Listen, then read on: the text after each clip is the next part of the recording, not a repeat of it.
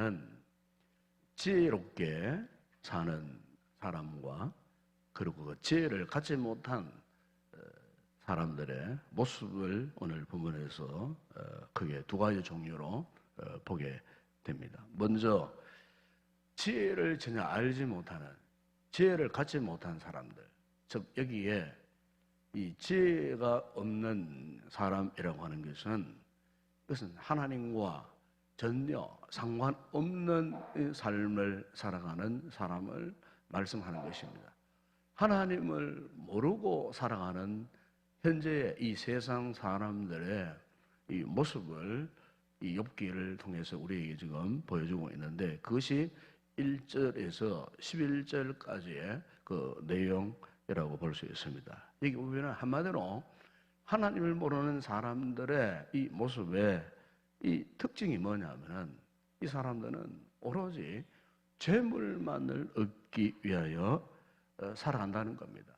오히려 재물 얻는 그 일에만 이 관심을 기울일 뿐입니다. 그래서 오늘 이 본문 이 3절에 보게 되면은 이런 말씀이 있습니다. 사람은 어둠을 뚫고 모든 것을 끝까지 탐지하여 어둠과 죽음의 그 그늘에 있는 광석도 탐지한다. 끊임없이 땅 속에 있는, 요즘 말로 말하면은 그 말씀 뒤에 4절에도 말씀을 하고 있습니다만은 땅 속에 깊은 갱도를 파고 금은 보화가 어디에 숨겨 있는지도 모르면서 어쨌든 그것을 찾기 위해서, 그것을 어쨌든 구하기 위해서, 은금을 얻기 위해서 그야말로 그 땅 속에 그 깊은 갱도를 파고 그 큼큼한 그 굴 속에 들어가 가지고 또 수로를 파고 뭐 등등 온갖 기술을 총동원해 가지고 오로지 금은을 얻기 위해서 그렇게 끝까지 탐지한다. 끝까지 오로지 그것이 목적이에요. 그 사람들은, 하나님을 모르는 지혜가 없는 세상 사람들은 오로지 이 같은 금권을 얻기 위해서 오로지 분주할 뿐이에요. 우리가 이 삶을 살면서 참 이렇게 이 재물이 필요 없는 게 아닙니다, 사실은. 즉, 이 재화라고 말하지 않습니까? 이 재화, 이 돈. 옛날 같으면은 뭐 금은 보화를 말하지 않겠습니까? 그러니까 모든 사람들에게 우리가 일상을 살기 위해서는 이 재화가 필요합니다. 이 돈이 필요합니다. 이것은 성경도 인정하는 바입니다. 그러나 이 중요한 것은 돈을 먼저 사랑하는 거예요. 그래서 사도 바울도 디모데전서 6장 7절에서 이런 말씀하지 않습니까? 돈을 사랑하지 말라 그랬어요. 돈이 필요합니다. 그러나 돈을 사랑하지 말라. 왜? 돈을 사랑함이 모든 일반하게 뿌리가 되는 거예요. 모든 문제가 돈을 사랑함에 있어서 큰 사람들이 큰 죄를 짓는 거예요. 돈 자체는 죄가 아니에요. 돈 자체는 악이 아니에요. 재물 자체는 금은보화 그 자체는 악이 아니에요. 그런데 문제는 그 금은보화를 우선적으로 사랑하는 거예요. 요즘 뭐 N번방 아이들이 막 그 성착취물을 만들어가지고 참 악랄한 죄를 짓는 이 모든 그 죄악의 그 배경을 보게 되면 결국은 돈 문제예요. 돈. 10대 후반의 아이들이 20대 초반의 아이들이 벌써 돈 맛을 알아가지고 수십억 대는 그 돈을 이미 끌어모아가지고 그 돈 맛을 들여가지고 그 돈 때문에 그렇게 악랄한 죄를 짓고요. 요즘 세상을 둘러보게 되면은 이렇게 지혜롭지 못한 사람들의 모습들이 얼마나 많이 있는지 몰라요. 그래서 성경은 우리에게 오늘도 말씀하고 있는 것이 바로 뭐냐면은 지혜를 얻어라 그렇게 말씀합니다. 네. 왜요? 지혜를 갖고 있는 사람의 생각하고 지혜를 갖지 못한 사람의 생각하고는 너무나 다르게 돼요. 그래서 잠언 23장 7절에 보게 되면은 대저 그 마음에 생각이 없다면 그 위인도 그러하다. 그 마음의 생각이 참 중요한 거예요. 네. 우리의 마음의 이 생각을 어떤 생각을 하느냐? 사도 바울도 골로새서 3장 2절에 보면은 위의 것을 생각하고 땅의 것을 생각하지 마라. 사실 이게 지혜로운 마음이에요. 우리 성도들이 삶을 살면서 위의 것을 생각한다 하는 말은 무엇이겠습니까? 하늘의 것을 생각한다는 말입니다. 궁극적으로는 하나님을 생각한다는 겁니다. 은혜를 사모하고 하나님을 생각한다는 겁니다. 그러나 하나님을 생각하지 못하고 은혜를 우선하지 못하는 삶은 결국에는 어떻게 되겠어요? 자꾸 이 땅의 것에만 묶여 사는 거예요. 땅의 것에만 그냥 빠져서 살 수밖에 없어요. 그래서 우리 성도들은 위의 것을 생각하고 살아야 되는 겁니다. 땅의 것 생각하지 말고 위의 것을, 위에 신령한 것들. 왜냐하면 우리가 이 땅의 것에만 포커스를 맞추고 땅의 것에만 목적을 두고 살아가 보세요. 그러면요, 그런 삶은요, 감사도 없고 만족도 없어요. 항상 원망, 불평만 더할 뿐이에요. 오늘날 세상에 많은 사람들이 이렇게 참 이 세상의 것, 땅의 것에만 이렇게 참 집착을 해 살아갑니다. 은을 얻고도 더 얻고 싶어서, 금을 얻고도 더 얻고 싶어서, 그렇게 많은 이 재물과 이 죄화가 있음에도 불구하고 끊임없이 끝까지 마치 오늘 성경에 나오듯이 끝까지 마치 어두운 갱도를 파고 땅의 깊은 곳에까지 들어가서 마지막 순간까지, 마지막 자신들의 목숨이 달아나는 그 순간까지도 그것을 찾고 구하기 위해서 그렇게 살아갈 뿐이라는 거예요. 그러나 우리가 땅에 있는 이 모든 재물이나 저하를 알고 보게 되면 영원한 것이 아니에요. 그래서 잠언 23장 5절에 보게 되면 네가 어찌하여 흠한 것에 주목하겠느냐. 정령이 재물은 날개를 내어 그냥 독수리처럼 날아간다 그랬어요. 그렇게도 내가 그것을 얻기 위해서 집착을 갖고 참 곧 그것이 나의 생명인 양 일평생토록 땀을 흘리고 수고해서 그렇게 모아놓고 쌓아놓은 이 모든 것들이 순식간에 맞아요. 독수리가 날아가듯이 그 재물이요. 어느 날 갑자기 다 날아가 버려요. 다 사라져가 버려요. 이 땅에 그렇게 재벌처럼 살았던 사람들 보십시오. 그런 사람들 얼마나 많이 있는지 몰라요. 하루아침에 그 모든 것들이 송두리째 그냥 잿더미로 화해버리는 이와 같은 모습들을 우리가 본다면은 우리가 이 땅에 살아갈 때에 과연 우리가 무엇을 목적으로 해서 살아갈 것인가? 그래서 이 세상에 사람 가운데는 두 종류가 있어요. 한 사람은 이 소유형 인간이 있고 한 사람은 존재형 인간이 있어요. 우리가 하나님 앞에 신실한 믿음을 가지고 오로지 믿음으로 살아간다고 하는 이 인간형은 다른 것이 아니고 이 존재형 인간이에요. 이 소유형 인간은 그래서 인간의 삶 자체가 무엇을 소유하고 무엇을 붙드는 것이 목적이에요. 이게 이제 하나님을 모르는 이 세상 사람들의 공통적인 삶의 모습이에요. 그러니까 오늘 우리는 소유형으로 살아가는 것이 목적이 아니에요. 우리는 존재형이에요. 다시 말하면 내가 하나님 앞에서 어떤 존재적 가치를 가지고 살아가느냐, 내가 하나님 앞에 어떤 존재적 의미를 지니고 살아가느냐 하는 것 아니겠어요? 욥이 시험을 당하여서 그 모든 재물이 다 그냥 사라져 버렸어요. 심지어 자기들의 자녀까지도 다 죽었어요. 지금 자신에 있는 것이 하나도 없어요. 그런데 욥이 놀라운 것은 그 모든 것들을 순식간에 송두리째 다 잃어버린 상태에서도 지금까지도 그에게 변하지 않는 것이 뭐가 있습니까? 하나님을 향한 그의 신앙의 중심이에요. 그의 마음이에요. 심지어 그의 입술로도 하나님 앞에 범죄하지 아니했나라고 할 정도로 사람이 의정하면요 이런 어려움을 당해보세요. 그럼 자신도 모르게 원망이 나오고 불평이 튀어나올 수 있어요. 그러나 여호와는 지금까지 한마디 그 입술로 하나님 앞에 범죄하지 아니했노라고. 친구들 앞에서 친구들이 찾아와가지고 위로한답시고 죄지은 죄의 결과라고 말했을 때 그것조차도 그거 다 수용을 했어요.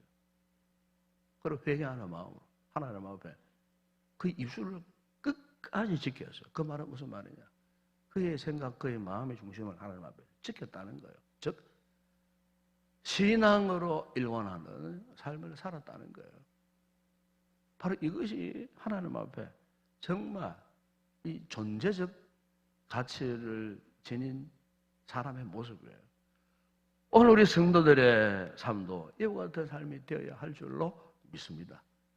그래서 오늘 이 성경 본문 제가 다 읽지 않았습니다만은 지혜에 대해서 이야기 나오는데 그 마지막 28절에 보면 이런 말씀하지 않습니까?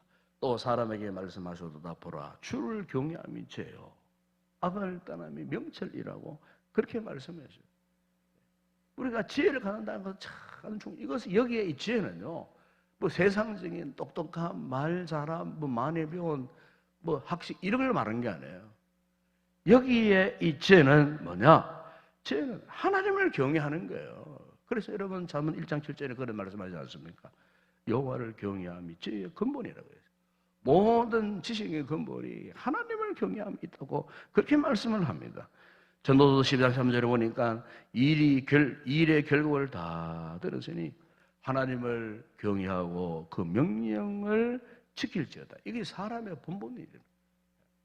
끝까지 욥처럼 그 어떤 환난, 풍파, 위기의 상황 가운데서도 우리의 마음이 흔들리지 아니하고 마지막 순간까지 하나님을 경외하는 것, 그분을 인정하는 것, 이것이 여러분 최고의 지혜가 되는 것입니다. 성경은 그것을 우리에게 말씀하고 있습니다. 그래서 우리가 이 성경에 수많은 위인들이 나오고 인물들이 나옵니다만은 하나같이 지혜로운 사람들의 특징이 뭐냐? 하나님을 끝까지 경외했던 사람이에요. 하나님을 끝까지 바라보았던 사람이에요. 우리가 열왕기상 그 12장에 보게 되면 거기에 중요한 사건이 나와요. 그것이 뭐냐면 지금까지 이스라엘이 통일 국가를 지금 이루어왔어요. 통일 국가를. 사울왕에서부터 다윗 그리고 솔로몬 이르도록 통일 이스라엘을 이루어왔는데 그런데 솔로몬이 죽은 이후에 그의 아들 르호보암이 이제 대권을 이어받고 이스라엘을 통치할 그 시점에 아주 나라의 중요한 국사를 논했을 때에 이 르호보암이 어땠냐면은 아버지의 때로부터 신실했던 충성스러운 신하들, 즉 원로들이죠. 국가 원로들이에요. 국가 원로들, 그 아버지로부터 오던 그 신실한 참 경륜이 많았던 저들의 눈으로 보고 직접 피부로 경험했던 이런 노련한 국가 원로들을 무시해버린 거예요. 그리고 이제 새파란 이제 신진 세력들만 바라보고 의지하고 그 신진 세력들만 의존하고 그들과만 의논하고 국가 원로들을 무시해버려요. 그랬을 때에 이 르호보암이 어떠했습니까? 지금까지는 다른 방향으로 나라를 이끌어가게 되었어요. 이 무슨 말이냐면은 지혜가 없었다 그 말이에요. 결국 이 사건 때문에 나라가 두 쪽은 납니다. 북쪽은 여로보암이 통치하는 나라가 되고 남쪽은 르호보암이 통치하는 나라가 되어졌어요. 결국에는 나라가 이스라엘 역사가 분열이 되어집니다. 그때부터 북쪽 왕국, 남쪽 왕국의 역사가요 피를 뿌리는 역사로 기록되어 있는 그 같은 모습을 보게 돼요. 결국 마지막에는 그 나라가 다 멸망해버리잖아요. 하나님을 경외하는 지혜를 포기했을 때에 지혜롭지 못했을 때에 한 민족도 그렇게 되는다는 겁니다. 오늘 이 새벽에 우리 믿음의 가정에 자녀들이 참 많이 나와서요. 참 너무 아름다운 모습이에요. 여러분 그렇지 않습니까? 자녀들 이 새벽에 데려나와서 함께 찬양하는 모습이 너무 참 뿌듯하게 보이고 참 이 기나기 시간 안에 학교도 가지 못하고 참 이렇게 가정에서 머무르던 자녀들이 그나마 이렇게 주일날 새벽에 아침 공개를 마치도록 하고 이 새벽 전에 나와서 하나님을 찬양하는 모습이 얼마나 이 지혜로운 부모의 모습이 이런 모습이에요. 우리가 사무엘상 2장에 보게 되면은 그게 이런 가정이 나와요. 그 당시 영적인 엘리트, 신앙의 엘리트 가정이에요. 엘리 제사장의 가정이에요. 예? 당대에 누가 보더라도 참 부러움을 살 만한 그런 가정이에요. 자라났던 흠리와 비나스의 그 모습 보세요. 부모가 하나님을 제대로 경외하지 못하고 제대로 지혜로운 삶을 살지 못했을 때 그 자녀들을 보세요. 자녀들. 그 자녀들이 그야말로 패기망측한 짓을 온갖 죄를 범하였어요. 제사장의 아들들이 성전에서 온갖 이때까지도 보지 못한 회개한 짓을 범한 거예요. 하나님의 율법이 두렵지 않아요. 말씀이 두렵지 않았어요. 이미 그들 마음에는 하나님을 경외하는 그것이 달아나 버렸어요. 그러니까 죄를 무서워하지 않아요. 하나님을 두렵게 생각하지 않았어요. 그래서 결국은 보세요. 그 엘리 제사장의 가문이 어떻게 되었습니까? 한마디로 폭망하고 말았어요. 바로 그 시대에 그냥 끝나버린 거예요. 그 자녀도 그렇고 그 아버지도 그렇고 그 부모도 그렇고 그냥 그 시대에서 그냥 사라져 버렸어요. 예. 여러분 이것이 뭐냐? 하나님을 경외하는 지혜가 없는 자의 이 개인뿐만 아니라 가족, 그 가정의 전형을 그 위에서 보여주고 있는 거예요. 그러나 반대로 여러분 요셉 같은 사람 보세요. 요셉이가 그 같은 험난한 인생, 파란만장한 삶을 살았지만은 보세요. 하나님이 왜 마지막 순간까지 요셉을 놓치지 않고 요셉을 축복하셨느냐? 바로 요셉에게는 세상 사람들이 갖고 있지 않는 지혜로움이 있었어요. 그 지혜의 근본이 뭐겠어요? 하나님을 경외하는 거예요. 억울한 죄를 짓고 옥중에 감금되었지만 그 옥중에조차도 하나님께서 그의 삶을 어떻게 했다 그랬어요? 형통하게 하셨어요. 그 형통의 비결이 뭐냐?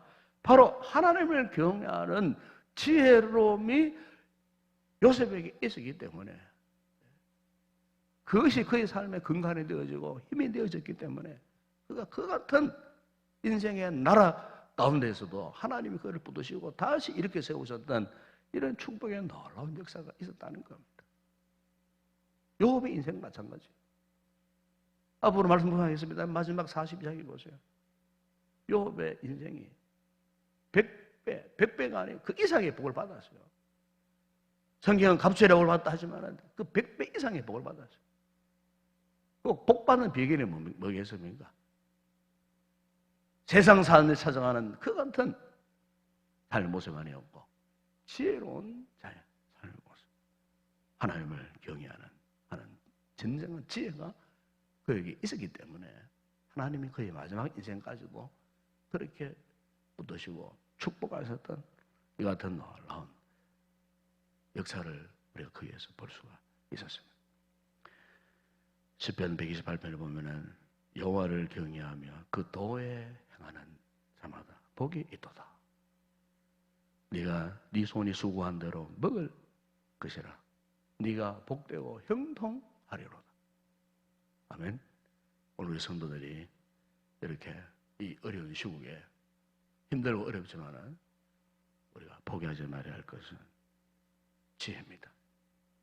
하나님을 경외하는 지식에 더 우리가 굳건히 서서 여러분 개인 또 가족, 여러분 가정, 여러분의 범사가 이런 지혜로움으로 형통하고 복된 삶을 살아가는 귀한 성도 되시길 주의 이름으로 축원합니다.